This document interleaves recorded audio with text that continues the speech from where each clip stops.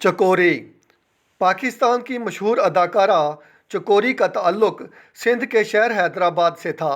वो 1947 में पैदा हुई और उसने 63 साल की उम्र में 2 नवंबर 2010 को लाहौर में वफ़ात पाई।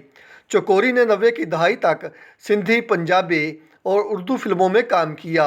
चकोरी ने सिंधी फिल्मों से आगाज़ किया, लेकिन 1979 में रिलीज़ होने वाली शोहरा आफाक पंजाबी फिल्म मौला जट ने उसे शोहरत की बुलंदियों पर पहुंचा दिया। वो पंजाबी फिल्मों की वजह से बहुत ज़्यादा मशहूर हुई। अक्खड़ मिजाज लड़की के किरदार को फिल्म बीनों ने बहुत पसंद किया।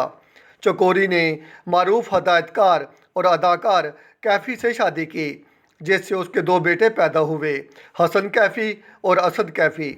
चकोरी का असल नाम खावर सुल्ताना था। 1973 से फिल्मी कैरियर का आगाज़ करने वाली चकोरी सिंधी फिल्मों में काम करने के बाद लाहौर आ गई और वहां उसने जावेद फाजल की फिल्म गूंज में काम किया। चकोरी को असल शोहरत मौला जट में दारो नतनी के किरदार से मिली, जिसमें उसका डायलॉग दुध फट जावे ते उन्होंने डोलना पैंदा है बहुत मशहूर हुआ। चकोरी की यादगार फिल्मों में लाठी चार्ज, शीशे का घर, अलार्म, हरासत, इकबाल जुर्म, चालान, मौला जट, दंगल, बहराम डाकू और इरादा जैसी कई फिल्में शामिल हैं। चकोरी बेशक अब इस दुनिया में मौजूद नहीं है, लेकिन उसका फ़न हमेशा ज़िंदा रहेगा। आप मुझे ये बताइएगा, आपको आज की चकोरी की ये बायोग्राफ़ी कैसी लगी।